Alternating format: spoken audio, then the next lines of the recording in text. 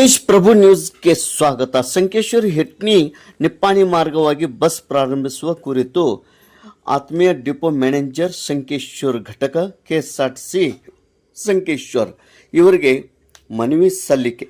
ಹುಕ್ಕೇರಿ ತಾಲೂಕಿನ ಹೆಟ್ನಿ ಗ್ರಾಮದ ವಿದ್ಯಾರ್ಥಿಗಳು ಪ್ರತಿದಿನ ಸಂಕೇಶ್ವರ್ ಮತ್ತು ನಿಪ್ಪಾಣಿಗೆ ಪ್ರಯಾಣಿಸುತ್ತಾರೆ. ಸಂಕೇಶ್ವರದ ನಾಗರಿಕರು ಪ್ರಯಾಣದ ಸಮಯದಲ್ಲಿ ಬಸ್ ಸೌಲಭ್ಯಗಳ ಕೊರತೆಯಿಂದಾಗಿ ಹಲವಾರು ಸಮಸ್ಯೆಗಳನ್ನು ಎದುರಿಸುತ್ತಿದ್ದಾರೆ.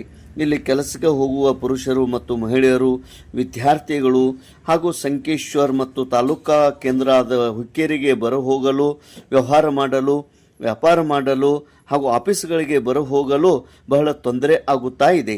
ಸಂಕೇಶ್ವರದಿಂದ ನಿಪ್ಪಾಣಿ ಶಾಲೆಗೆ ಹೋಗುವ ವಿದ್ಯಾರ್ಥಿಗಳು ಪ್ರತಿದಿನ ಕಂಗಾಲಾಗಿ ಕನಿಷ್ಠ 3 ಕಿಲೋಮೀಟರ್ ನಡೆದುಕೊಂಡು ಹೋಗಬೇಕು.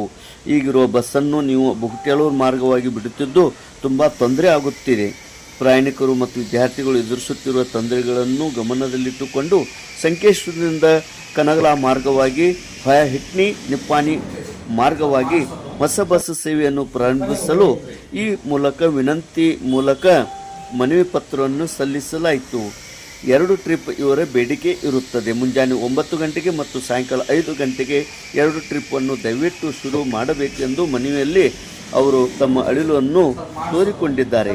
ಇದೇ ಸಂದರ್ಭದಲ್ಲಿ ಮನವಿ ಸಲ್ಲಿಕೆಗೆ ಕರ್ನಾಟಕ ರೈತ ಸಂಘ ಹಾಗೂ ಹಸಿರು ಸೇನೆಯ ಸಂಕೇಶ್ವರ ಘಟಕದ ಅಧ್ಯಕ್ಷರು ಹಾಗೂ ಕರ್ನಾಟಕ ನವನಿರ್ಮಾಣ ವೇದಿಕೆಯ ಹುಕ್ಕೇರಿ ತಾಲೂಕಾ ಗೌರವ ಅಧ್ಯಕ್ಷರು ಸುಧೀರ್ಗೌಡ ಪಾಟೀಲ್, ಕರ್ನಾಟಕ ರಾಜ್ಯ ರೈತ ಸಂಘ ಹಾಗೂ ಹಸಿರು ಸೇನೆಯ ಸಂಕೇಶ್ವರ ಘಟಕದ ಉಪಾಧ್ಯಕ್ಷರು ನಾಗರಾಜ್ ನೇಸ್ರಿ, ಕರ್ನಾಟಕ ನವನಿರ್ಮಾಣ ವೇದಿಕೆಯ ಜಿಲ್ಲಾಧ್ಯಕ್ಷರು ಶಿವಾನಂದ ಸಮ್ಮಕ್ಕನವರ್ ಮತ್ತು ಹೆಟ್ನಿ ಗ್ರಾಮದ ಕರ್ನಾಟಕ ರಾಜ್ಯ ರೈತ ಸಂಘ ಹಾಗೂ ಹಸಿರು ಸೇನೆಯ ಹೆಟ್ನಿ ಘಟಕದ ಅಧ್ಯಕ್ಷರು ಯಲ್ಲಪ್ಪ ದಾದುಕೋರೆ ಹಾಗೂ ಪದಾಧಿಕಾರಿಗಳು ಕೂಡಿಕೊಂಡು ಈ ಮನವಿಯನ್ನು ಸಲ್ಲಿಸಿದ್ದಾರೆ.